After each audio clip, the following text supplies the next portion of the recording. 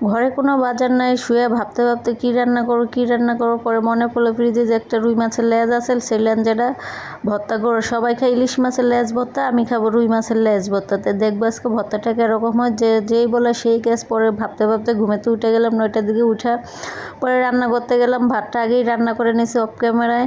তারপরে ভাবলাম যে শুধু মাছ ভর্তা দিয়ে ভাত খাওয়া হবে না, তাহলে একটু আলুটা ভেজে নিই। এরকম গরম গরম ভাতের সাথে এরকম আলু ভাজা খেতে অনেক ভালো লাগে, আমার কাছে তো অনেক ভালো লাগে। হ্যালো গাইস, কী অবস্থা? আশা করি সবাই ভালো আছেন। আমিও ভালো আছি, বেশি একটা ভালো নেই। তারপর আপনাদের সাথে বলতে হয় যেহেতু ভালো আছে, যেহেতু আল্লাহর হুকুম ছাড়া গাছের পাতা একটা লড়ে না। সবাই নাকি একই কথা বলে যে আল্লাহর হুকুম ছাড়া গাছের পাতা লড়ে না, এটা আল্লাহ তোমার পরীক্ষা নিতেছে। তো আমিও ভাবতেছি আল্লাহ মানে আমার পরীক্ষা নিতে। দেখেন কথা বলতে গেলে আমার গলাটা বসে যায়, মানে এরকম অবস্থা আমার হয়েছে, আমি কথা যে বলবো সেই ভাষাটাই আমার নাই। তো এই আল্লাহ ভালো, যেটা ভালো বুঝে সেটাই পরীক্ষা করে আমাকে। তো আল্লাহ ভালো বুঝে যেমন আমাকে পরীক্ষা করতেছে, এটা উচিলাই সবাই বলতেছে এটার উচিলাই তোমার অল্পতে ফাড়া কেটে গেছে, আসছে বড় তো দুর্ঘটনা ঘটতে পারতো, বা তুমি একটা ফ্ল্যাট রুমে থাকো, তো তোমার তো মাইরে টাইরে থুয়েও যেতে পারতো। তো আল্লাহ যা করে ভালোর জন্যই করে।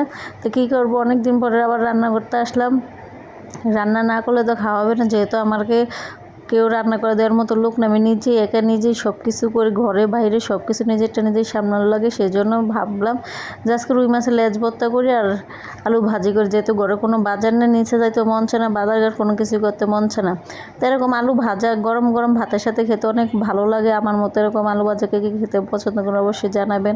তো লেজ ভর্তাটাও করবো। তার প্রথমে আগে আলুটা ভালো করে ছোটো ছোটো করে কেটে সাইজ করে কেটে নিয়ে লবণ হলুদ মরিচ দিয়ে ভালো করে মাখাইয়া পরে ভেজে নিলাম। ভেজে নিয়ে এখন ভাজাভাজি শেষ হয়ে গেছে। এখন রুই মাছের এই যে লেজটা দিয়ে দিলাম, যেটা দিয়ে দিলাম এটা ভালো করে হালকা নিবু চালে একটু ভালো করে ভেজে নিব। আঁচটা কম থাকবে, চুলার আঁচ বেশি দিলে লেজাটা পুড়ে যাবে, সেই জন্য আঁচটা কম দিয়ে একটু হালকা করে ভেজে নিছি মশমশা করে। তারপরে লেজটা যখন ভাজা হয়ে গেছে তার সাথে ভালো করে কতগুলো পেঁয়াজ রসুন বেশি করে কাঁচামরিচ দিয়ে ভালো করে ভেজে নিব। এখন একটা গোটা রসুন দিয়েছি যাতে স্মেলটা একটা সুন্দর আসে, মাছ ভর্তাটা খেতে অনেক ভালো লাগে। তো কী করবো, দেখেন ঘরের কাজ করতে করতে আবার এগুলো কাজ করতেছে। অনেক দিন ধরে ঘরের কোনো কাজ করা হয় না, মানে আজকে আমি প্রায় 15 দিনের বেশি হয়ে গেছে ঘরে কোনো ঘর ঝাড়ু মোছা কোনো কিছুই করি না। ঘরে এত নোংরা হয়েছে, নিজের কাছে নিজেই খারাপ লাগতেছে, মানে নিজের শরীরও চলে না যে কাজ করব। খেলে ছাড়া শরীরে শক্তি পাবো, তাহলে যেন কাজ করতে মন চাবে। শরীরে শক্তিও লাগে না, খেতেও মন চায় না, কাজ করতেও মন চায় না। তো কথা বলতে বলতে গলা খালি বইসা যাইতেছে, কথা বলতে পারতেছে না। অবশ্যই আমার ভয় শুনে বুঝতেই পারতেছেন তো আমার গলাটা কীভাবে বইসা যায়। তো পরে লেজ ভাজাটা হয়ে গেছে, হওয়ার পর মরিচ পেঁয়াজগুলো ভাজাভাজি হয়ে গেছে, কিন্তু একটু ভাজাভাজি করতে যে কাজ করতেছি ঘরে কাজ করতে করতে বেশি মসমস হয়ে গেছে।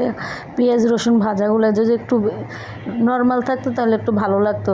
তো এখন কী করবার, যেরকমটা হয়েছে এরকমটা তো খাওয়া লাগবে। তারপরে কড়াইয়ের মধ্যে ভর্তা করতে বসে পড়লাম। চাল আদার কী নিব, বাটি নিব, কড়াইয়ের মধ্যে ভর্তাটা করে ফেলে। আমি এরকম প্রায় করি কড়াইয়ের মধ্যে ভর্তা করার যে সিস্টেমটা আমার শিখিয়েছে যে মানুষটা আমার সাথে থাকতো, সেই মানুষটা শিখেছে কড়াইয়ের মধ্যে ভর্তা করাটা।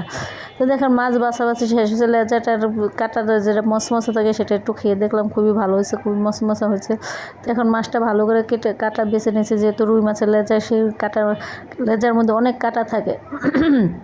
তো দেখেন কথা বলতে গেলে কীরকমই হয়ে যেতেছে, ভয়েস দিতে ভালো করে পারতেছে না। আর এরকম জায়গায় থাকি রাস্তার সাথে ভয়েস দিতে গেলেও গাড়ি ঘোড়ার অনেক শব্দ, সবসময় গাড়ি ঘোড়া চলাচল করে, যেহেতু মেন রাস্তার সাথে বা সেইখানে আমার আশেপাশে অনেক গার্মেন্টস ফ্যাক্টরি আছে, সেজন্য সবসময় শব্দ থাকতেই থাকে।